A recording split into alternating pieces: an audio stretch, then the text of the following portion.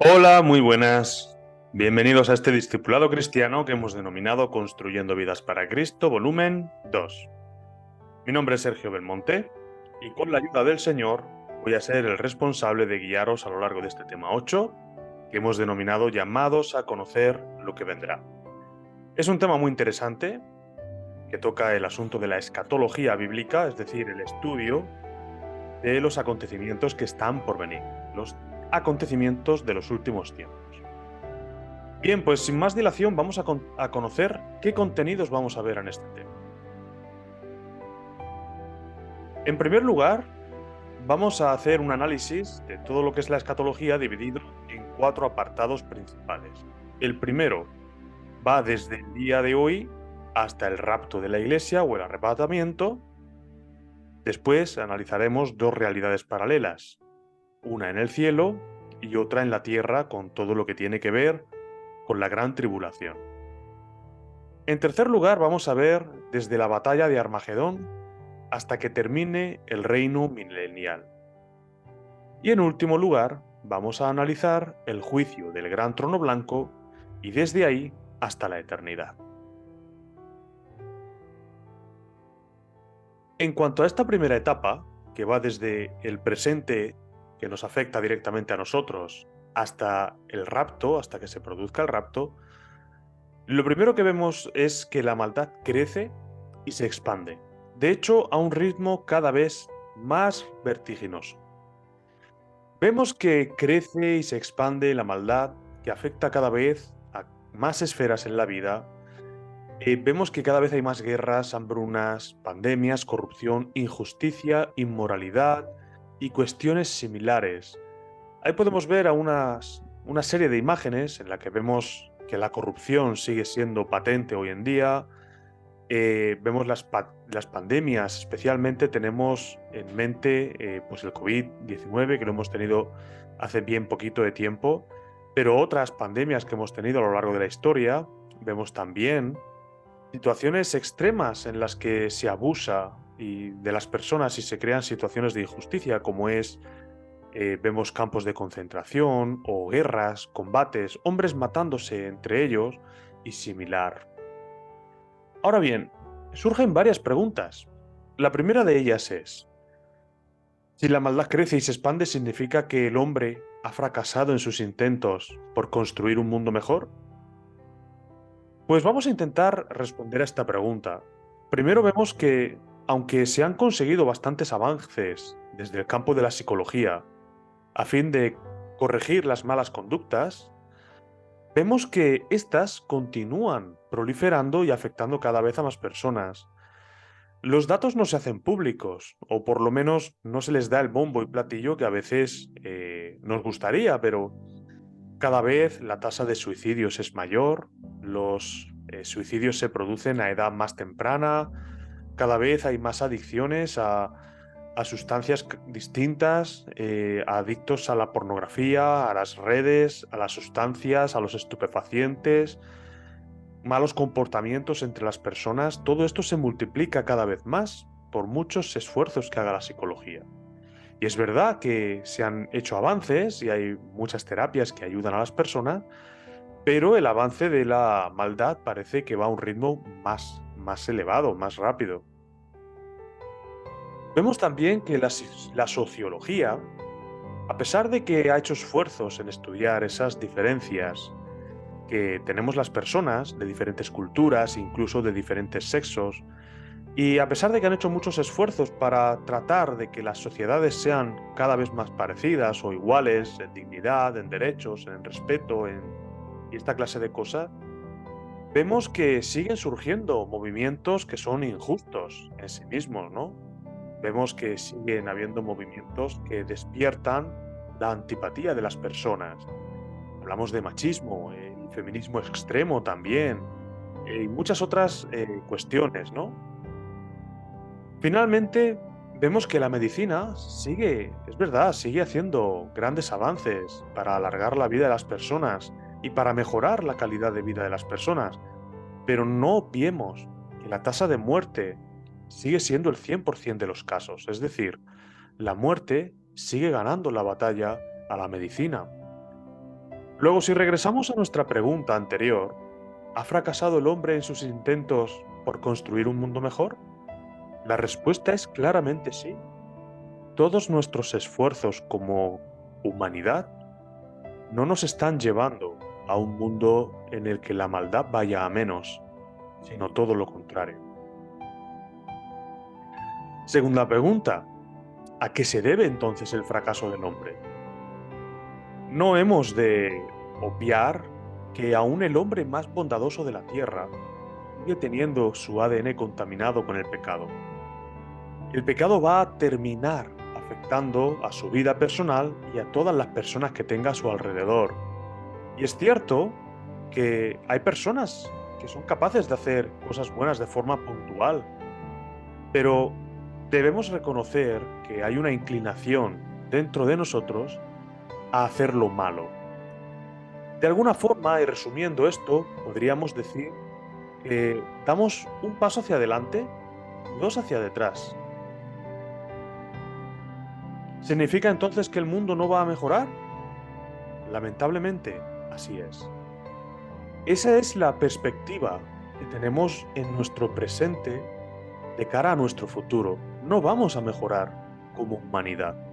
Y esto coincide con lo que la Biblia dice que sucederá. No vamos a mejorar.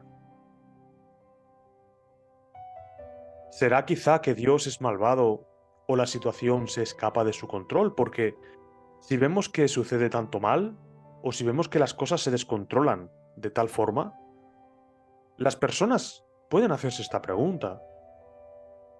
¿Cuál sería la respuesta? Dice la palabra que Dios es luz y no hay ningunas tinieblas en él, no hay ningún atisbo de maldad. También dice que qué comunión hay entre Cristo y Belial, la luz y las tinieblas, no hay ninguna comunión. Dios es un Dios de luz, Dios es un Dios de bondad, no hay maldad en su corazón. Pero dice también Jeremías 29, porque yo sé los pensamientos que tengo acerca de vosotros, dice Yahvé, pensamientos de paz y no de mal, para daros el fin que esperáis. Aquí está transmitiendo el profeta esos pensamientos de bondad, fruto de lo que hay en el corazón de Dios hacia la humanidad. Pero dijo también Jesús en Mateo 10, pues aun vuestros cabellos están todos contados, así que no temáis, más valéis vosotros que muchos pajarillos. Aun los cabellos de nuestra cabeza están contados, y ninguno cae al suelo sin que el Señor lo sepa. Respondemos a esta pregunta, ¿es Dios malvado? No, de ninguna manera. ¿La situación se escapa de su control? No, de ninguna manera. Pero vamos a intentar dar explicación a esto último.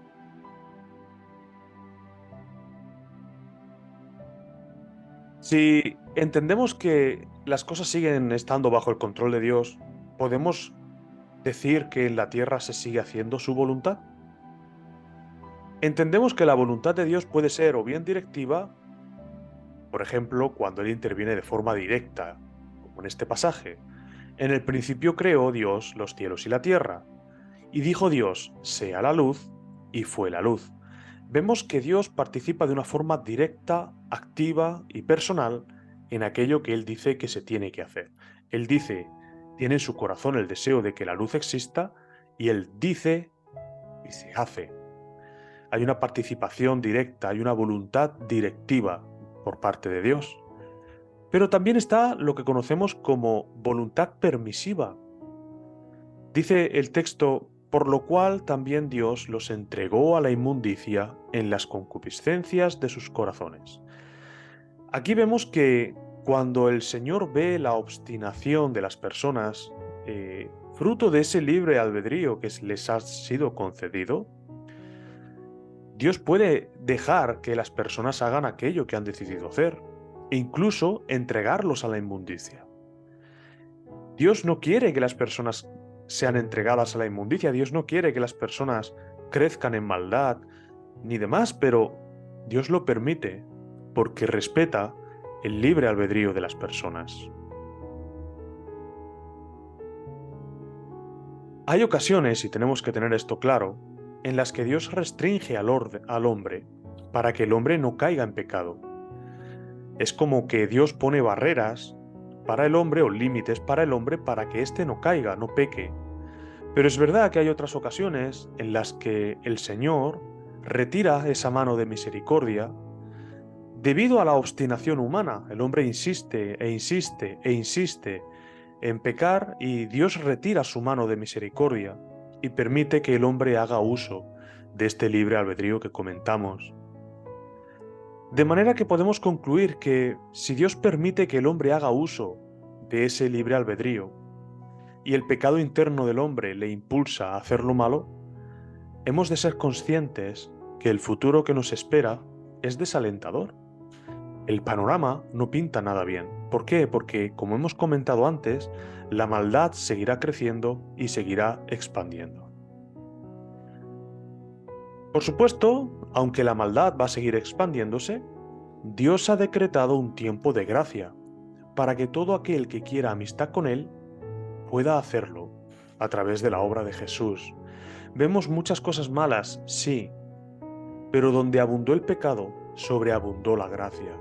La gracia de Dios es más grande que cualquier pecado que pueda existir, porque aun en medio de una sociedad que insiste e insiste en pecar deliberadamente, Dios sigue tendiendo la mano para salvar cada vez a más personas. Y esto también es importante. Habla también de la bondad de nuestro Dios y de su misericordia. Ahora, el tiempo de la gracia hemos de analizarlo. En primer lugar, diremos que es un tiempo que comienza con la primera venida de Jesús y su ministerio de reconciliación. Vemos que de tal manera amó Dios al mundo que envió a su Hijo para que todo aquel que en Él crea sea salvo y no se pierda. Ese es el inicio del tiempo de la gracia por medio de la salvación de Jesús. El tiempo de la gracia, por supuesto, persigue la finalidad de que las personas que son pecadores y que están lejos de esa comunión, lejos de esa amistad con Dios, se puedan arrepentir de sus pecados y puedan aceptar ese ofrecimiento de salvación por parte de Dios.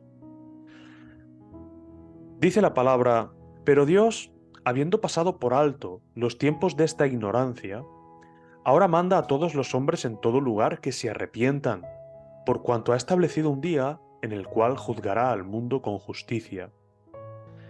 La palabra está reconociendo que el hombre ha sido ignorante todos estos años, pero Dios, habiendo pasado por alto esa ignorancia, es decir, permitiendo al hombre que siga viviendo en esa ignorancia, le ha dado la oportunidad de salvación, pero ésta requiere que el hombre se arrepienta, que confiese sus pecados y que entregue su vida al señorío de Jesús. Vemos también que el tiempo de la gracia está acotado en el tiempo, es decir, ha tenido un principio y también tendrá un final. El tiempo de la gracia, como hemos visto que empieza en el ministerio de Jesús, tendrá el fin en el momento en el que el juicio se desate y se establezca ese tiempo de juicio sobre la humanidad. Con respecto a ese fin, nadie conoce cuándo será. Nadie, absolutamente nadie. El propio Señor Jesús dijo que ni aun los ángeles del cielo conocen cuándo será el día. Dice que está solamente en la potestad de su Padre conocer cuándo será el tiempo del fin. ¿Sabe de esto? Dijo Jesús, que si supiere el padre de familia a qué hora el ladrón habría de venir, velaría ciertamente, y no dejaría minar su casa. Vosotros pues también estad preparados, porque a la hora que no penséis, el Hijo del Hombre vendrá. Está hablando de una llegada inminente, una llegada sorpresiva. No llegará cuando todos lo esperen, sino lo contrario. Por eso Jesús nos estaba llamando a estar en paz con Él, a estar meditando sobre cómo es nuestra manera de vivir, para que nadie, o sea, absolutamente nada ni nadie, nos robase esa salvación que Él nos ofrece. Hemos de saber también que cuando el reloj de ese tiempo de la gracia llegue a su fin, en la tierra comenzará el tiempo de la ira de Dios. Será un tiempo en el que Dios desate su ira sobre toda la maldad del mundo, y entonces el mundo sea juzgado. Nada más terminar el tiempo de la gracia que estamos comentando, la Iglesia es llevada con Cristo en lo que se conoce como arrebatamiento o rapto de la Iglesia. La Iglesia de Jesús que está en la tierra actualmente y está sirviendo a Dios en medio de la tierra, en ese momento es arrebatada, desaparece y es llevada a la presencia de Dios en las nubes, como dice la palabra. Dejará de estar aquí en la tierra y dejará de influir positivamente a este mundo. Dijo Pablo, luego nosotros los que vivimos, los que hayamos quedado, seremos arrebatados juntamente con ellos en las nubes para recibir al Señor en el aire. Y así estaremos siempre con el Señor. Es el tiempo en el que el esposo viene a buscar a su novia. Si vemos, y un poquito más adelante hablaremos del asunto, pero haciendo una analogía con las bodas hebreas, Jesús se identifica como el esposo y dice que su iglesia es su novia. Esto nos sirve un poco para ilustrar los tiempos y las fases en las que el Señor va a dividir su ausencia y su venida. Cómo viene como esposo a buscar a su novia. Y eso será lo que se conoce como arrebatamiento o rapto. Es entonces cuando la verdadera Iglesia de Jesucristo, es decir, todas las personas que se han consagrado a Él, y no aquellas que servían a dos señores, o como decía en el libro de Apocalipsis, aquellos que no son ni fríos ni calientes, sino que son tibios, todos los que se han consagrado y se han guardado para Jesús serán preservados de la ira de Dios. Porque dice Pablo, porque no nos ha puesto Dios para ira, sino para alcanzar salvación por medio de nuestro Señor Jesucristo.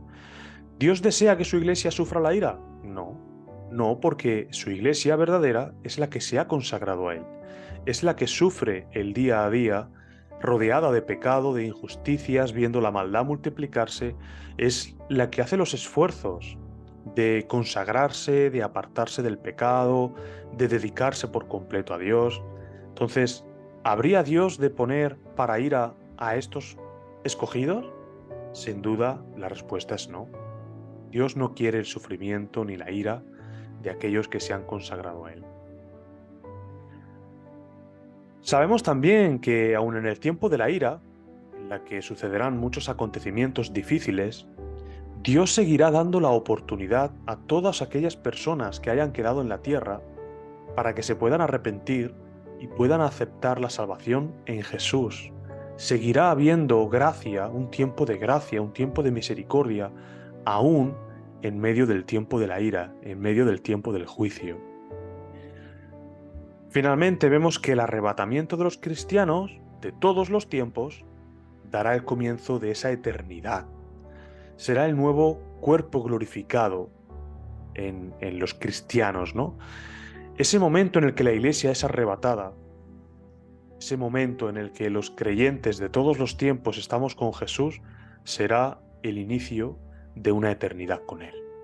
Pasaremos por diferentes etapas, sí, pero ya estaremos con Él. He aquí os digo un misterio, dijo Pablo. No todos dormiremos, pero todos seremos transformados en un momento, en un abrir y cerrar de ojos. A la final trompeta, porque se tocará la trompeta, y los muertos serán resucitados incorruptibles, y nosotros seremos transformados. Pablo está hablando aquí de que habrá algunas personas que ya van a fallecer. De hecho, muchas ya fallecieron. Pero no todos ellos, no todos nosotros falleceríamos. Algunos seríamos transformados de repente. Y habría hermanos que en su día murieron, pero sus cuerpos resucitarán. Y dice que resucitarán incorruptibles, es decir, con un cuerpo transformado, con un cuerpo nuevo, con un cuerpo que no se corrompe. Y nosotros, los que estemos aquí, si tenemos la fortuna de ver este arrebatamiento o rapto, de formar parte de él, nuestros cuerpos serán transformados, pero tanto la iglesia, los hermanos que ya fallecieron, como los que queden aquí, todos tendremos un cuerpo totalmente nuevo e incorruptible. Finalizada esta etapa, pasamos a la segunda etapa, que tiene lugar tanto en el cielo como en la tierra. Son dos realidades que suceden de forma paralela. Centrándonos en el cielo, el primer acontecimiento que sucede nada más producirse el arrebatamiento va a ser el tribunal de Cristo. El tribunal de Cristo, como dice aquí Romanos, Pablo está diciendo que todos compareceremos ante él. Todos compareceremos ante el tribunal de Cristo. Vemos también que va a ser un tribunal compensatorio. La finalidad de este tribunal no es condenar a la gente que esté ahí, no es condenar a los creyentes, sino dar a cada uno el galardón del estilo de vida o de las obras que hizo mientras estaba en la tierra. Dice Pablo, porque es necesario que todos comparezcamos ante el tribunal de Cristo, para que cada uno reciba según lo que haya hecho mientras estaba en el cuerpo, sea bueno o sea malo. Está hablando de una compensación por las obras de la vida de cada creyente. Ahora, esa compensación tiene que ver con la motivación y con la actitud con las que nosotros hicimos las cosas en la vida. No más bien por el valor de las cosas que hicimos, sino por la motivación y la actitud de las cosas. Porque Pablo dice, nadie puede poner otro fundamento que el que está puesto, el cual es Jesucristo. Y si sobre este fundamento alguno edificare oro, plata, piedras preciosas, madera, heno o hojarasca, la obra de cada uno se hará manifiesta, pero el día la declarará, pues por el fuego será revelada, y la obra de cada uno cual sea, el fuego la probará. Si permaneciere la obra de alguno, que sobreedificó, recibirá recompensa. Si la obra de alguno se quemare, él sufrirá pérdida. Si bien él mismo será salvo, aunque así como por fuego. ¿Qué quiere decir este pasaje? Está hablando de 6 materiales: oro, plata, piedras preciosas, madera, heno y hojarasca. Las 3 primeras, cuando son probadas con el fuego las mantiene, no es capaz de destruirlas. En cambio, tanto la madera como el heno como la hojarasca, tan pronto como le aplicamos el fuego, se quema, es destruido, se pierde. Cuando nuestra motivación de cara a hacer buenas obras es una motivación sincera, centrado en el Señor, en el amor a Él, en el amor al prójimo, estamos haciendo obras con una buena motivación. Estamos construyendo sobre el fundamento de Jesucristo con materiales que el fuego no destruye. Son materiales que perduran. En cambio, si hacemos las buenas obras con motivaciones egoístas, para que los demás nos vean, para adquirir notoriedad en la iglesia o en la sociedad, o para adquirir ganancias deshonestas, esas obras serán también probadas a fuego y serán quemadas, y no seremos recompensados por ello.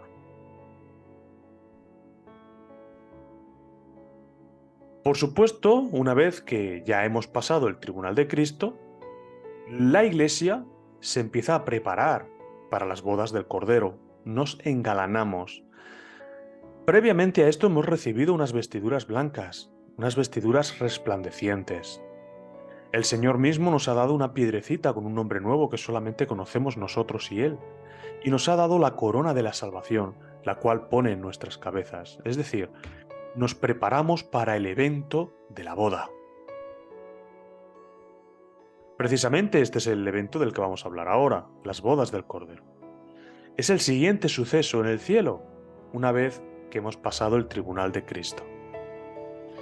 Ahora, si hacemos una comparación, una analogía entre una boda hebrea y las bodas del Cordero, vamos a ver hasta 5 etapas, para entender un poquito mejor qué nos está hablando la palabra de Dios cuando habla de las bodas del Cordero.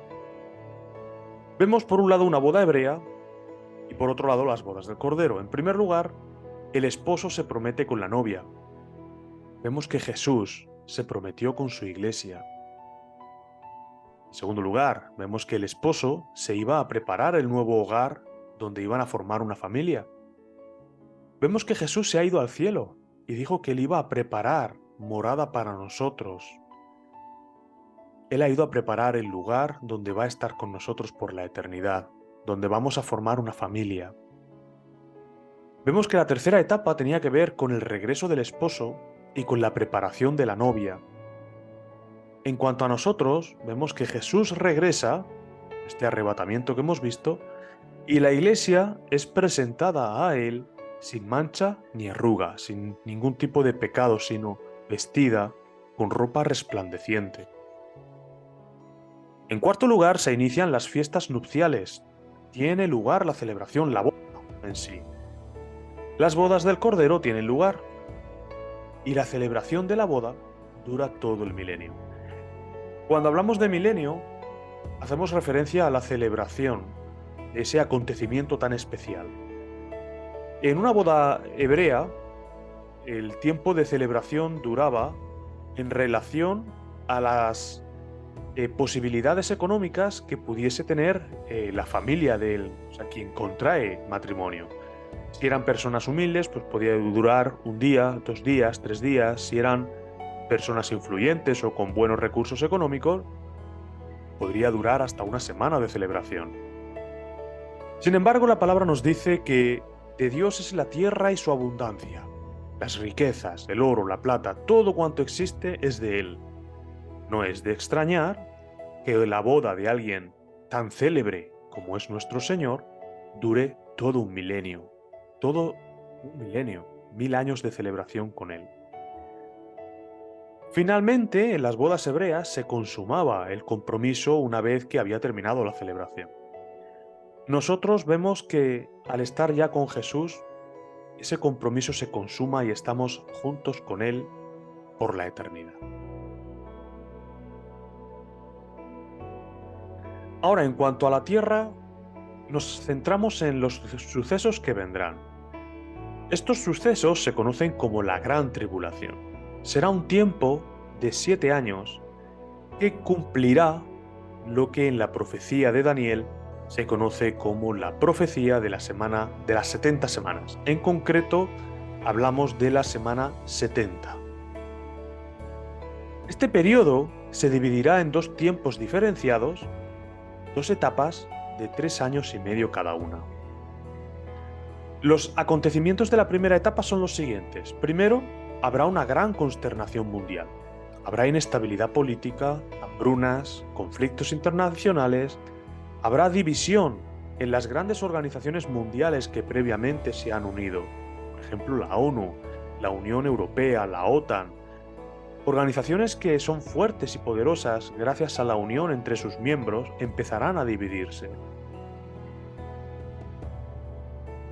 La palabra también nos habla de que 2 testigos predicarán arrepentimiento. Estos 2 testigos guardan una gran similitud con Moisés y con Elías, o al menos con los ministerios que los 2 desarrollaron. Un ministerio basado en la ley de Dios, otro ministerio basado en la profecía. Y ambos serán odiados por la población. ¿Por qué? Porque serán los 2 grandes voceros que Dios utilizará para hablar al pueblo y a los gobernantes. De manera que en un mundo donde el pecado abunda, ellos serán incómodos.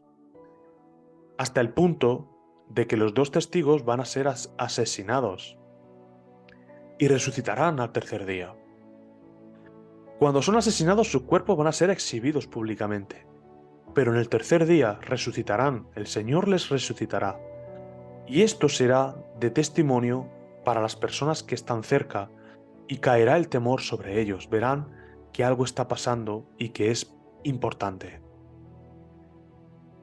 Hecho esto, habrá paz y el anticristo se sentará en el templo de Jerusalén, haciéndose pasar por Dios como si él mismo fuera Dios.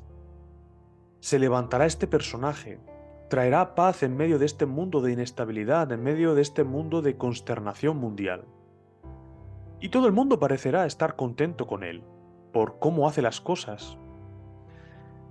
Es entonces cuando la Trinidad satánica empezará a actuar, engañando a la gente del mundo. El diablo va a utilizar al falso profeta, hará milagros a través de él, simulando el ministerio del Espíritu Santo en la tierra. Y el anticristo simulará la obra de Jesús, simulará su muerte, simulará su resurrección. Y muchas personas de las que estén todavía en la tierra serán engañados y les seguirán en todo lo que ellos manden. Entonces, vemos quién será cada uno de esta Trinidad satánica que estamos hablando. Lo único que nos interesa saber es que tendrá asociación con el pueblo de Israel porque conocerá sus costumbres, vendrá del linaje de Israel, estará asociado de alguna forma con el linaje de Israel y también con las naciones que en su día conformaron el antiguo imperio rumano. Tendrá que ver con ellos. Pudiera ser español, francés, italiano, pudiera ser de la región de Galacia, la antigua región de Galacia, no lo sabemos. Sabemos que tendrá este tipo de parentesco, un enlace con Israel y un enlace con las naciones que formaron el antiguo imperio romano. Pero lo demás es especular. Decir si es el presidente de este país o el otro, decir que es este personaje notorio, al final es especular y es sembrar un miedo innecesario en los corazones de las personas. Lo único que nos interesa saber es estas dos asociaciones que tendrá esta persona.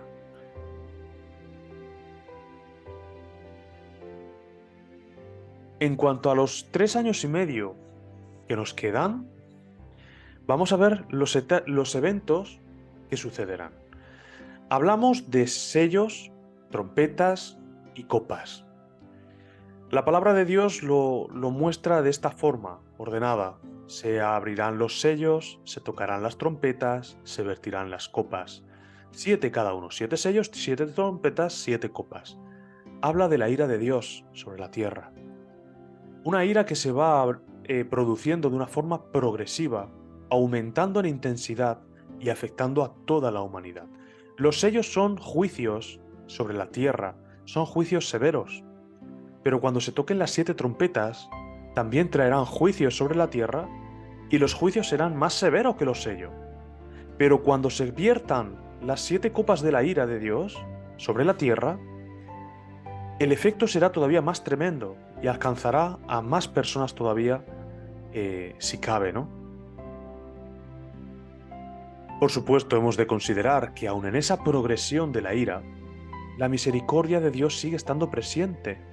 Sigue estando presente. Dios sigue tendiendo la mano para que las personas se puedan arrepentir de sus pecados. Lo que pasa es que la dureza del corazón de los hombres que queden es tremenda. Y a pesar de las cosas que vamos a ver, bueno, los que no son creyentes, los que sí somos creyentes no veremos esto, como hemos comentado. Las personas que queden aquí y sí lo vean, sí lo vivan, tendrán el corazón tan endurecido que a pesar de eso, no se arrepentirán. Vemos también que en este tiempo el remanente de Israel, es decir, ese grupo de escogidos que aún tiene Dios para dar testimonio a las naciones de que Israel es su pueblo escogido, ese remanente será perseguido por sus enemigos hasta el desierto. Satanás hará esfuerzos tremendos por conseguir destruir por completo al pueblo de Dios, porque si lo consiguiera, cosa que no va a ser, por supuesto que no, estaría demostrando que Dios es incapaz de cuidar de los suyos. Por supuesto, la palabra nos dice que Israel es llevada al desierto y protegido por Dios. Nadie arrebatará de la mano de Dios a sus ovejas, como Jesús nos dijo, porque nuestro Padre mayor es que cualquier otro que haya contra Él. Vemos también que todas aquellas personas que estén en la tierra y que acepten ese ofrecimiento de salvación que Dios les da por medio de Jesucristo, serán martirizados. Todas las personas que se quedaron tras el rapto, porque, bueno, podían ir a la iglesia, pero eran tibios, no tenían una comunión, no tenían una paz con el Señor de forma duradera y estable. Todas esas personas que eran tibios y se quedaron atrás, junto con las personas que nunca han sido creyentes, pero en medio de la gran tribulación se arrepienten de sus pecados, todas estas personas, o muchas de ellas, serán decapitados, serán mártires, pero salvarán sus almas. Hecho esto, tendrá lugar la tercera etapa de la que estamos hablando, que va desde la batalla de Armagedón hasta el final del reino milenial. La batalla de Armagedón sucederá en la tierra, repito, en la tierra, no en el cielo, en la tierra, después de los 7 años de la gran tribulación. Después de que terminen esas dos etapas, de 3 años y medio cada una, sucederá la batalla de Armagedón. Jesucristo regresará montado sobre un caballo blanco junto con su iglesia. El detalle del caballo blanco es importante porque si vemos cuando Jesús entró en Jerusalén por primera vez, él lo hizo montado sobre un pollino. En la antigüedad, cuando los reyes de Israel entraban en una ciudad, lo hacían montados en un pollino cuando venían en son de paz. Jesús entró en Jerusalén por primera vez en son de paz, trayendo el plan de salvación para la humanidad, ese ofrecimiento. Sin embargo, cuando los reyes regresaban o montaban un caballo, era porque ya no venían en son de paz, sino que venían en son de guerra. El texto nos dice que Jesús regresará para batallar, para librar una batalla y para vencer. Ya no viene en son de paz porque ya han habido demasiadas advertencias y demasiado ofrecimiento de paz y los hombres lo han rechazado. Tal va a ser el rechazo que el enemigo va a reunir a todas las naciones a las cuales engañó en las cercanías de un lugar conocido como Megido, que está en torno a 100 kilómetros de la actual Jerusalén. Es allí donde la batalla tendrá lugar y el enemigo será claramente derrotado. No quedará absolutamente ninguna duda. El falso profeta y el anticristo van a morir directamente. Mientras que Satanás va a ser echado, atado y echado al abismo por 1000 años. Durante 1000 años, su capacidad de influenciar a las personas va a estar apartada, va a estar privado de esa capacidad de influencia. Con Satanás fuera del panorama, con la Trinidad satánica derrotada y con todos los que hicieron maldad derrotados, y con Jesús y su iglesia en la tierra, dará comienzo el tiempo que conocemos como el milenio o reino milenial. Como hemos dicho, el enemigo de nuestras almas habrá sido quitado de la tierra durante 1000 años. Jesucristo va a reinar con la iglesia disfrutando de ese banquete de bodas que hablábamos antes, esa celebración. Un tiempo de justicia, un tiempo de equidad, un tiempo de celebrar. Los creyentes vamos a tener un cuerpo glorificado que no puede morir. Estaremos con Él sin problemas.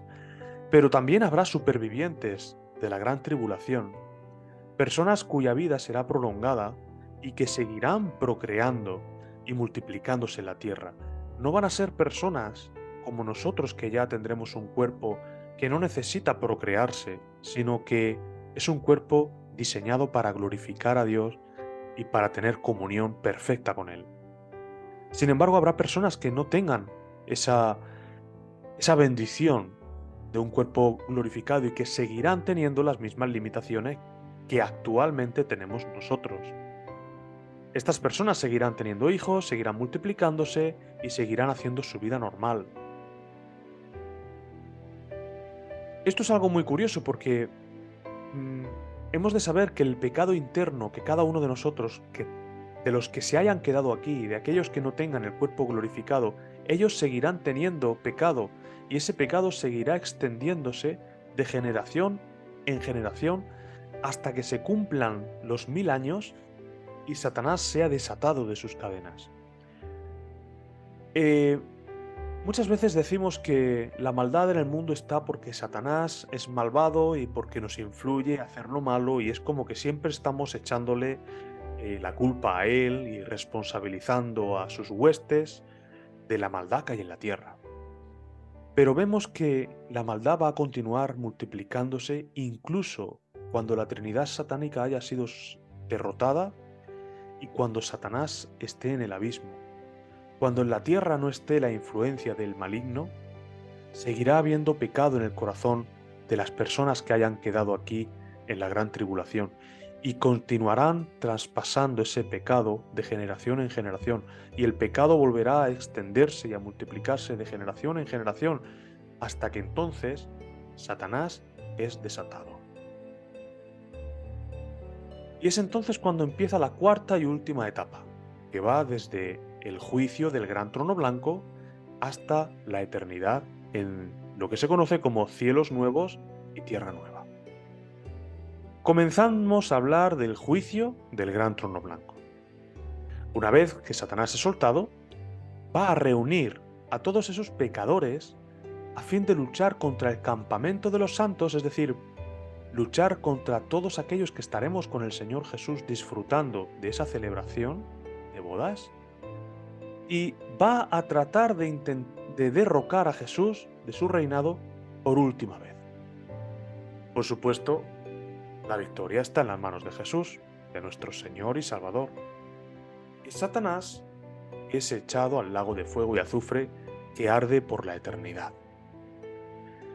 Dios acaba con toda resistencia y se abre el periodo para la resurrección de los injustos, esto es, todas las personas a lo largo de la historia de la humanidad que rechazaron el señorío de nuestro buen Dios, esas personas resucitarán y se presentarán delante de Dios, delante de ese gran trono blanco.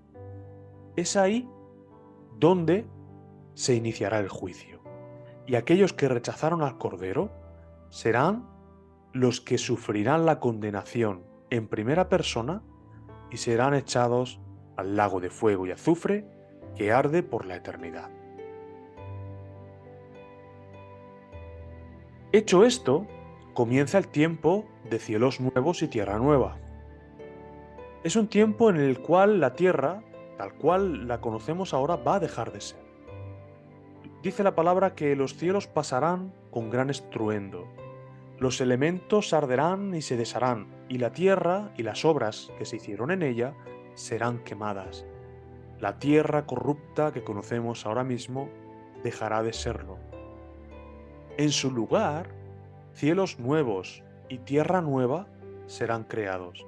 Las promesas de Dios se cumplirán, y no habrá ningún atisbo de rebelión, ningún atisbo de pecado, ni en los cielos, que hace referencia a la rebelión de Satanás y de sus huestes, ni tampoco habrá en la tierra, con la propia rebelión del hombre a partir de lo que sucedió en el Edén.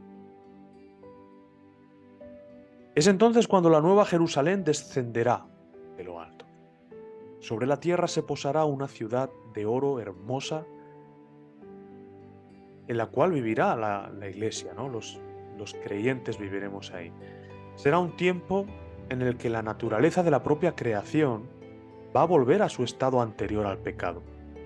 Ya no habrá depredador ni presa, sino que ahora los animales podrán pacer juntos en paz. Podrán ser pastoreados por la humanidad, tal y como fue el diseño original de Dios. Finalmente, se instaura la eternidad. Ya no habrá enfermedad, no habrá dolor, no habrá pena ni angustia, no habrá absolutamente nada de las cosas que ahora nos son de tropiezo. Es entonces cuando el pueblo de Dios morará con Jesucristo para siempre. A modo de resumen, hemos preparado un mapa conceptual donde encontramos el panorama escatológico general. Sirve para ayudarnos a echar un vistazo y comprender de una forma un poquito más clara todo esto que hemos estado hablando. En primer lugar, hemos de considerar esta línea temporal. Vemos que en el año 0, después de Cristo, sucede la primera venida de Jesús. Es ahí donde se cumple Juan 1:14, cuando dice que el Verbo se hizo carne. Él dijo, en el principio era el Verbo y el Verbo era Dios y el Verbo era con Dios. Y en el versículo 14 dice que el Verbo se hizo carne, habla de Jesús. Años más tarde, Jesús muere en la crucifixión. Y ahora, según Mateo 24, 7 y 8, estamos en ese tiempo que se conoce como principio de dolores. El propio Señor Jesús dijo que el tiempo de principio de dolores era el tiempo que comprende guerras, rumores de guerra, pestes, terremotos, falsos cristos, falsos profetas, etc. Estamos en ese tiempo. ¿Cuánto durará? No lo sabemos, pero estamos en ese tiempo. El acto siguiente, no sabemos cuándo, puede ser mañana, puede ser ahora mismo, puede ser dentro de 1000 años, no lo sabemos.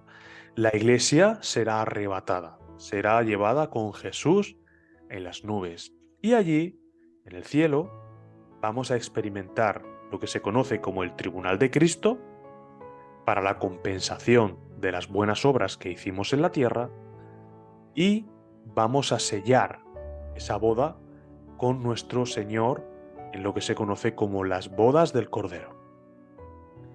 Mientras tanto, aquí en la tierra va a suceder lo que se conoce como Gran Tribulación, la semana 70 de la profecía de Daniel, tal y como podemos leer en Daniel capítulo 9, versículos 26 y 27. A lo largo de esos 7 años de tribulación, habrá una etapa de 3 años y medio en el que se producirá un acuerdo con muchas personas, con muchas naciones, y ascenderá el anticristo. Se va a romper el pacto con Israel a los 3 años y medio y empezará los 3 años y medio de ira. Ahí es donde se manifestará el anticristo, donde se perseguirá a Israel y a los santos. Habrá los mártires y todo esto que hemos comentado antes. Finalizado este periodo de 7 años, se produce la segunda venida de Jesús. Y una vez que Jesús viene con su iglesia, se produce la batalla de Armagedón. Fruto de la batalla de Armagedón es que la Trinidad satánica es derrotada y el único sobreviviente es echado, atado al abismo, tal y como podemos ver en el capítulo 20 de Apocalipsis. Quitado el enemigo de nuestras almas del panorama terrenal, es entonces cuando comienza el reino milenial, lo que conocemos como fiestas de bodas del Cordero. Finalizados estos 1000 años, hemos visto, Satanás es soltado y entonces las personas son resucitadas, las personas malvadas son resucitadas y comienza el juicio del gran trono blanco. Vemos que Satanás es echado al lago de fuego y azufre y las personas malvadas que rechazaron a Jesús también. Y es entonces cuando comienza la eternidad. Como hemos dicho, lago de fuego y azufre para los incrédulos y para los creyentes un tiempo en el que los cielos y la tierra son hechos totalmente nuevos. Muchas veces estudiar estos temas, la escatología, no resulta muy sencillo. Hay diversas interpretaciones de algunas de las etapas. Hablamos de amilenarismo, posmilenarismo, una tribulación, un rapto pretribulacional, no sé qué. Hay diferentes posturas a lo largo de las diferentes denominaciones de la Iglesia, pero bueno, entendemos que este es el panorama más ordenado, más correcto, que más en línea va con lo que la palabra de Dios nos enseña. Y bueno, pues espero que os haya sido de bendición. Sí es importante siempre tener en cuenta algunas de las cosas que hemos comentado, y es que el tiempo del rapto, cuándo será, nadie lo conoce. Eso es algo que tenemos que tener muy claro, porque lamentablemente muchas personas equivocadas por alguna razón o con alguna motivación que no pudiese ser del todo loable, suben contenidos a las redes y estos contenidos confunden a las personas. Hacen vídeos con contenidos diciendo, hermano, apresúrate, el enemigo está aquí, el tiempo ya se va a cumplir, el presidente de tal país ha iniciado una guerra, el presidente de no sé qué ha hecho esto, es los tiempos finales y es cuestión de poco de que, bueno, mucha sensatez. A lo largo de la historia, desde que Jesús murió y resucitó, desde entonces han habido muchos dictadores, han habido muchos líderes mundiales que han causado auténticas barbaridades y catástrofes en la tierra. Los ha habido, lamentablemente, y para nuestra propia vergüenza como humanidad, los ha habido. Y no ha sido el tiempo del final todavía. Nada nos dice que el hecho de que ahora se levante este u otro líder y cause problemas a la humanidad, nada nos dice que eso es indicador claro de que la semana que viene va a ser el tiempo del rapto. Sin embargo, sí hemos de tener claro siempre lo que Jesús nos dijo. Si el Padre supiese a qué hora va a venir el ladrón, velaría. Entonces, no tenemos que tener temor por si es este presidente o el otro, no debemos vivir atemorizados, pero sí hemos de ser conscientes de que el tiempo puede ser precisamente ahora al terminar este vídeo. En un chasquido de dedos, el rapto sucederá. Y los que no estén en paz con el Señor se quedarán en la tierra. Ya hemos visto qué sucederá a los que se queden en la tierra.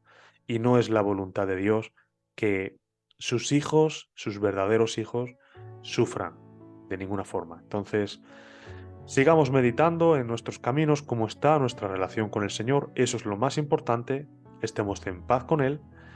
Y bien sea que el rapto de la iglesia sea mañana o sea dentro de 1000 años, no importa. Estaremos en paz con Él y el Señor es fiel para cumplir lo que promete. No nos debe preocupar lo demás.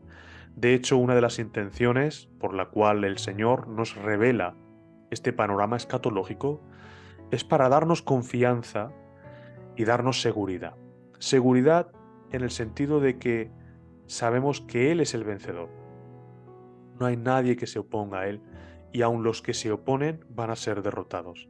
Eso nos debe dar la confianza de saber que estamos en el bando correcto. Sigamos manteniéndonos en el bando correcto. Que el Señor nos bendiga y por supuesto que el Señor nos ayude en esto último que acabo de decir. Un abrazo para todos y Dios mediante nos vemos la siguiente semana.